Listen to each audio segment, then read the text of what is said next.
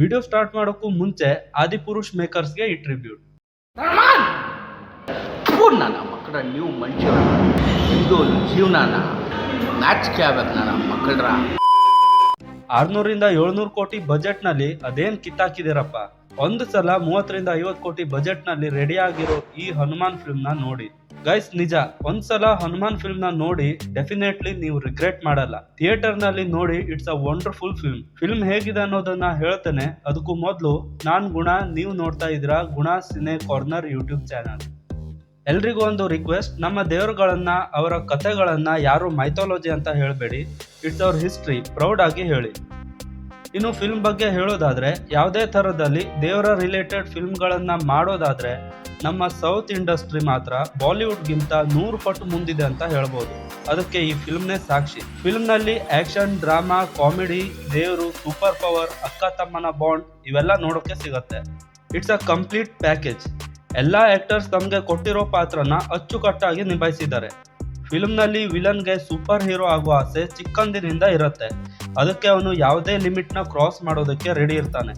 Hero ಕೂಡ as usual ಎಲ್ಲ super hero origin films ತರಾನೇ ಆರ್ಡಿನರಿ ಲೈಫ್ನ ಲೀಡ್ ಮಾಡ್ತಾ ಇರ್ತಾನೆ.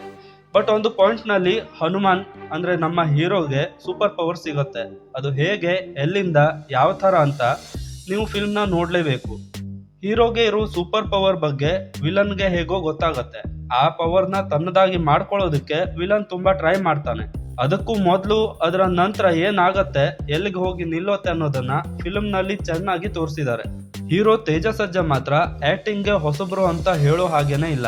ನೀಟ್ ಆಗಿ ಪ್ರಾಮಿಸಿಂಗ್ ಆಗಿ ಆಕ್ಟ್ ಮಾಡಿದ್ದಾರೆ. ಫಿಲ್ಮ್ ಮತ್ತು ಅವರ ಆಕ್ಟಿಂಗ್ ನೋಡ್ತಿದ್ರೆ ಫೀಲ್ಡ್ ನಲ್ಲಿ ಒಳ್ಳೆ ಫ್ಯೂಚರ್ ಇದೆ ಅಂತ ಗೊತ್ತಾಗುತ್ತೆ. ಫಿಲ್ಮ್ ನಲ್ಲಿ ಒಬ್ರು ಸಾಧು ಇರ್ತಾರೆ. ಅವರು ಯಾರು ಅನ್ನೋದು ಫಿಲ್ಮ್ನ ದೊಡ್ಡ ಟ್ವಿಸ್ಟ್. ನೀವು ಎಕ್ಸ್ಪೆಕ್ಟ್ನೇ ಮಾಡಿರಲ್ಲ. ಜೊತೆಗೆ ಫಿಲ್ಮ್ನಲ್ಲಿ ತುಂಬಾ ವಾವ್ ಎಲಿಮೆಂಟ್ಸ್ ಇದಾವೆ. 3 - 4 ಸೀನ್ಗಳಲ್ಲಿ ಮಾತ್ರ goose bumps guarantee. Trailer release ಆದಾಗ VFX ಮೇಲೆ ಸ್ವಲ್ಪ ಇಂಪ್ರೆಷನ್ ಕಡಿಮೆ ಇತ್ತು. ಬಟ್ ಫಿಲ್ಮ್ನಲ್ಲಿ ಎಲ್ಲೂ VFX ಗ್ರಾಫಿಕ್ಸ್ ಬಗ್ಗೆ ಕಂಪ್ಲೇಂಟ್ ಮಾಡೋಕೆ ಸಿಗಲ್ಲ. ಅಷ್ಟು ಪರ್ಫೆಕ್ಟ್ ಆಗಿ ಪ್ರೆಸೆಂಟ್ ಮಾಡಿದ್ದಾರೆ. ಈ ಬಜೆಟ್ ನಲ್ಲಿ ಹೀಗೂ ಫಿಲ್ಮ್ ಮಾಡಬಹುದು ಅಂತ ಎಷ್ಟೋ ಮೇಕರ್ಸ್ಗೆ ತೋರಿಸ್ಕೊಟ್ಟಿದ್ದಾರೆ.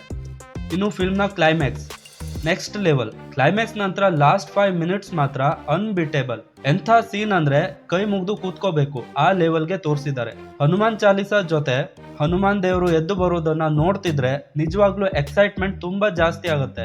ಆ ರೇಂಜ್ಗೆ ಇದೆ. ಡೆಫಿನೆಟ್ಲಿ ಕ್ಲೈಮ್ಯಾಕ್ಸ್ ಮಾತ್ರ ಬೇರೆ ಲೆವೆಲ್ಗೆನೆ ಫ್ಯಾನ್ ಬೇಸ್ ನ ಹೊಂದತ್ತೆ, ಕನ್ಫರ್ಮ್. ಸಾಕ್ಷಾತ್ ಹನುಮಾನ್ ದೇವರು ಕ್ಲೈಮ್ಯಾಕ್ಸ್ ನಲ್ಲಿ ಯಾಕೆ ಎದ್ದು ಬರ್ತಾರೆ ಅಂತ ನಾನ್ ಹೇಳಲ್ಲ. ದಯವಿಟ್ಟು ಫಿಲ್ಮ್ನ ಫ್ಯಾಮಿಲಿ ಜೊತೆ ಹೋಗಿ ನೋಡ್ಕೊಂಡು ಬನ್ನಿ. ಇನ್ನು BGM ಮಾತ್ರ ಅಲ್ಟಿಮೇಟ್. ಯಾಕಂದ್ರೆ ಹನುಮಾನ್ ಚಾಲೀಸಾ ಮತ್ತು ತುಂಬಾ ಕಡೆ ಹನುಮಾನ್ ಸ್ತೋತ್ರಗಳನ್ನ, ರಾಮ್ ಅಂತ ಹೇಳೋ ಮಂತ್ರನ ಸಖತ್ತಾಗಿ ಕೊಟ್ಟಿದ್ದಾರೆ. ಗೂಸ್ ಬಂಪ್ಸ್ ಬರೋದಕ್ಕೆ ಸೀನ್ಗಳು ಅಷ್ಟೇ ಬೇಕಂತಿಲ್ಲ, BGMಗಳನ್ನ ಕೇಳಿ ಒಳ್ಳೆ ಫೀಲ್ ಕೊಡುತ್ತೆ. ಇನ್ನು ಡೈರೆಕ್ಟರ್ ಅವರಿಗೆ ಒಂದು ಹ್ಯಾಟ್ಸ್ ಆಫ್. ಆಕ್ಚುಲಿ ಈ ತರದ ಫಿಲ್ಮ್ ಮಾಡೋದಕ್ಕೆ ಗಟ್ಸ್ ಬೇಕು. ಬಿಕಾಸ್ ಫಿಲ್ಮ್ ಏನಾದ್ರೂ ಫೇಲ್ ಆಯ್ತು ಅಂದ್ರೆ ಡೈರೆಕ್ಟರ್ಸ್ ತುಂಬಾ ಕಾನ್ಸಿಕ್ವೆನ್ಸಸ್ ನ ಎದುರಿಸಬೇಕಾಗುತ್ತೆ. ಅದಕ್ಕೆ ಆದಿಪುರುಷ್ ಮೇಕರ್ಸ್ನೇ ಸಾಕ್ಷಿ.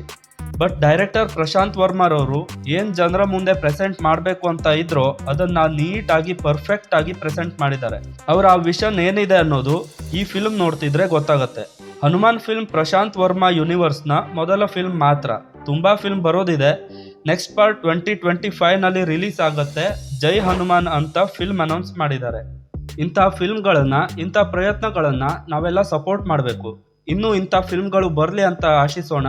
ಸೊ ಇದಾಗಿತ್ತು ಇವತ್ತಿನ ವಿಡಿಯೋ ಇಷ್ಟ ಆಗಿದ್ರೆ ಒಂದು ಲೈಕ್ ಮಾಡಿ. ಫಿಲ್ಮ್ನ ನೋಡಿದ್ರೆ ಹೇಗನ್ಸ್ತು ಅಂತ ಕಮೆಂಟ್ ಮಾಡಿ. ನನ್ನ ಚಾನೆಲ್ನ ಸಬ್ಸ್ಕ್ರೈಬ್ ಮಾಡಿ, ಸಪೋರ್ಟ್ ಮಾಡಿ. ಮತ್ತೆ ಸಿಗ್ತೇನೆ. Thank you so much.